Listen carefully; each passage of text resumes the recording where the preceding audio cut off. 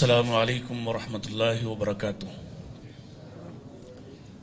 الحمدللہ العزیز الغفار والصلاة والسلام علی سید الابرار، اما بعد، اعوذ باللہ السمیع العلیم من الشیطان الرجیم، بسم اللہ الرحمن الرحیم۔ لقد من اللہ علی المؤمنین اذ بعث فیہم رسولا من انفسہم یتلو علیہم آیاتہ ویزکیہم ویعلمہم الکتاب والحکمہ وإن كانوا من قبل لفی ضلال مبین۔ صدق اللہ العلی العظیم۔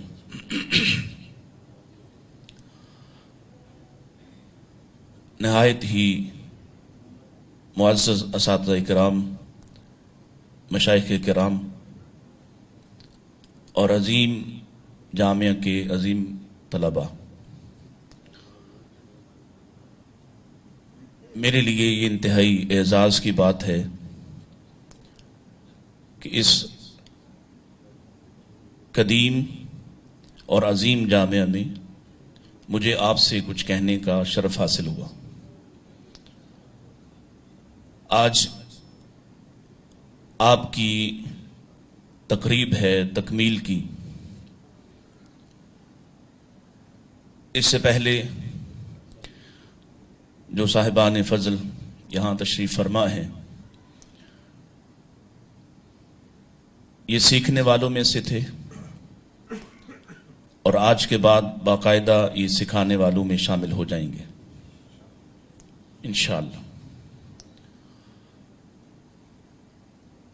میں دیکھ رہا ہوں مختلف معزز مہمانان یہاں موجود ہیں۔ یقین جانیے میں بہت کچھ کہنا چاہتا تھا، لیکن یہ علمی روب مجھ پر ایسا طاری ہے کہ کچھ کہنے کی ہمت اور یارہ نہیں ہے،